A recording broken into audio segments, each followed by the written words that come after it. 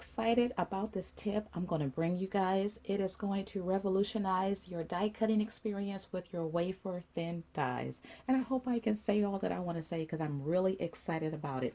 Okay, the other day I was playing around with my wafer thin dies, cutting out mason jars and mason jar accessories.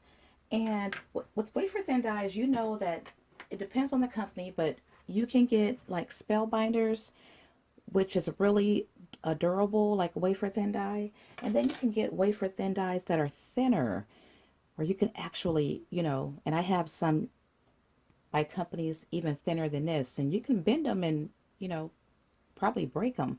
Now this is by Walton Mouse. It's not as flimsy, but it's still not as strong as spellbinders.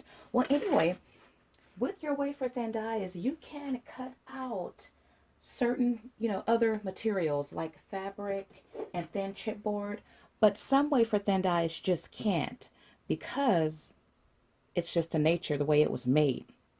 Well, the tip I'm going to bring you guys, I'm going to give you a tip that will allow you to cut out thicker materials even with your thinner wafer dies. Okay, so many of us have the magnetic platform or some platform of some type by different companies. I'm using the Big Shot Pro, by the way, okay? And I will be using the Sizzix magnetic platform, but this isn't my tip. This is like just standard. So my first tip though, Sizzix recommends that you put down a cutting plate on top of your magnetic platform, like this one, and then place your dies on top of the plate. Well, my first tip is don't do that unless you have to. I place my dies, for the most part, well, not all the time, but I place my dies directly on the cutting plate. And when I take them off, I just scoot it. Okay, so number one. And I like this because if you are making, if you are using multiple dies, like if you want to make a donut or a record, when you place these two dies down, they are not going to move. Okay, so you will get perfect alignment.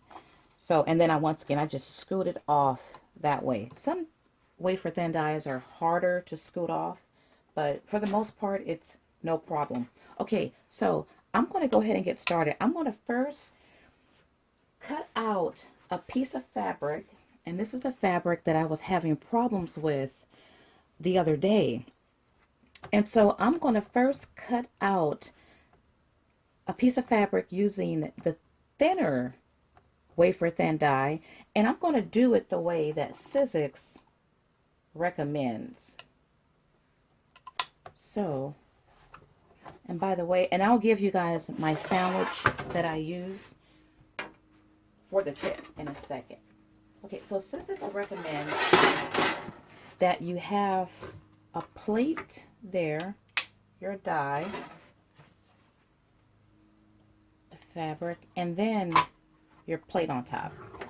So I'm going to send that through, and that's not hard to send at all. Now, I'm gonna send it through one time because with all these tests that I'm showing you guys, I'm just going to send it through once, except for the Sherry Land die at the end. So when I send it through just one time, you can see I did not get good cuts at all. I mean, that part open. Okay, so now let me do it with the wafer thin die right on top of the magnetic platform. And Sizzix once again recommends that you put your plate on the magnetic platform, but I'm going to use my Big Shot Pro plate, which is the same thickness as this one, and I'm going to put it on the bottom. So I don't need to put this plate on top of the platform. I'm just going to put my magnetic die, and then I'm going to send this through. And let's see what happens. Now, once again, this is not the big tip I want to show you guys. But I do want to show you this because you do get better cuts So as you can see, that cut out a lot better than this one here. So when you put your, even your thin wafer thin die on the magnetic platform, you get better cuts all around. And if I would have sent that through twice, it would have cut all that out. Now this is my tip though. Okay, you guys, so let me go ahead and give you the sandwich that I'm using. Once again, I'm using my Big Shot Pro. That's the big machine that cuts out the 12 by 12 cutting dies. I'm using the Big Shot Pro adapter pad, Big Shot Pro plate. Then I have the magnetic platform, and I have my die. So this tip right here is my second tip. This is the big tip. And it's going to cut out in one pass this fabric. Remember, in the first pass, this is what Sizzix recommends, and this is the result I got. I used their sandwich. In the second pass, I used my first tip and got, you know, way better results than the first pass. Now in this pass here, this is my tip. If you can get your hands on something like this, this is a wafer thin magnetic metal sheet. I have seen some companies carry something like this. I've never seen it in person. But I do believe it's available out there. I got mine from a thrift store for $3, and it came like this, and just pull it out, and it's used to hold up playing cards. And so I picked up a couple of those, and then I thought, you know what? I could use this in my die cutting. Well, I can. And you can actually see the impression coming through the metal. Now, if you can't find something like this, I would think that Home Depot or, you know, one of the stores like that might have something like this. It's really, really, really thin. Okay, so let's put it to the test. So I put that down, and then I'm going to add my cutting plate on top of it. And let's send it through. And it's not hard to go through at all.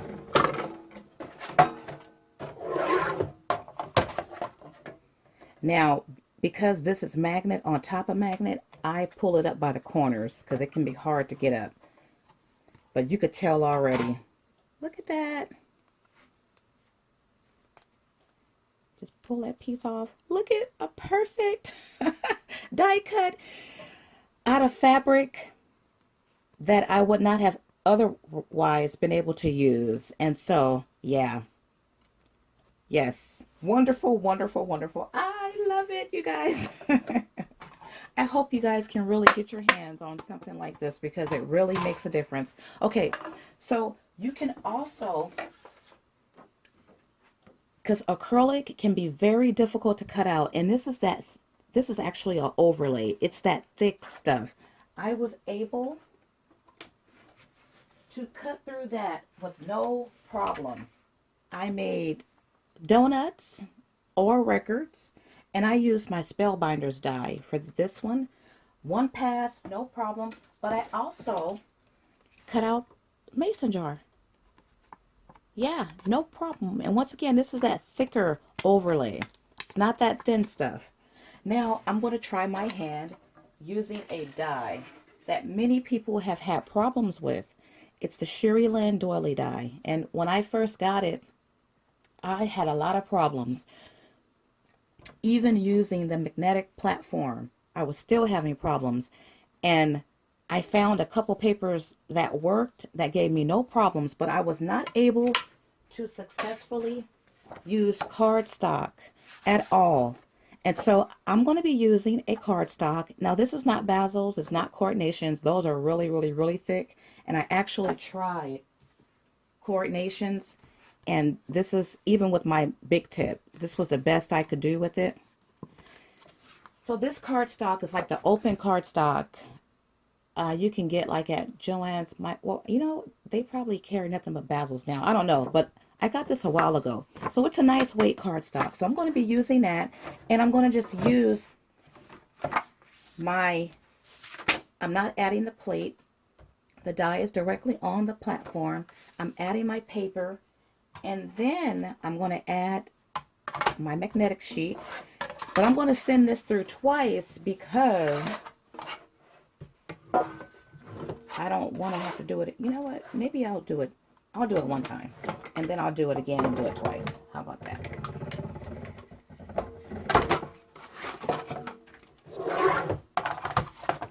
So let's see here. So this is a bigger die, so I'm just going to push it over there until I can grip it. And let's see here. So I like to shake it like that. They're falling off, but there are some parts that don't want to budge. So I'll use this tool-in-one and see if I can. So once again, this is not thin paper. You can use the thin papers with the Sherry Lynn dies and get pretty good results. But I like to wiggle.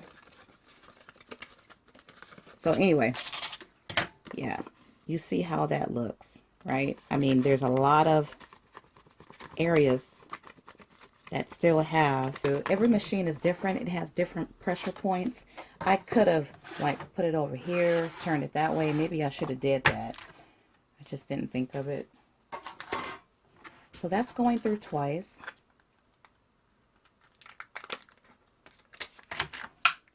And I'm going to shake it out.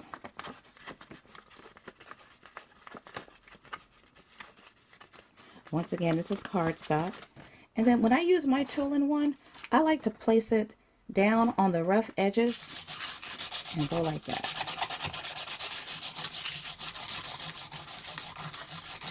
So you're cutting it twice to do get better results.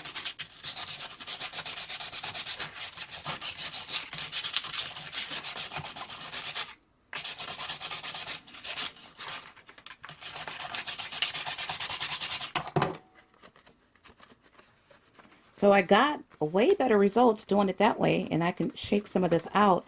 Now, some areas are not going to come out, and that's because my die, I have paper, like you see the pink paper that's stuck in there.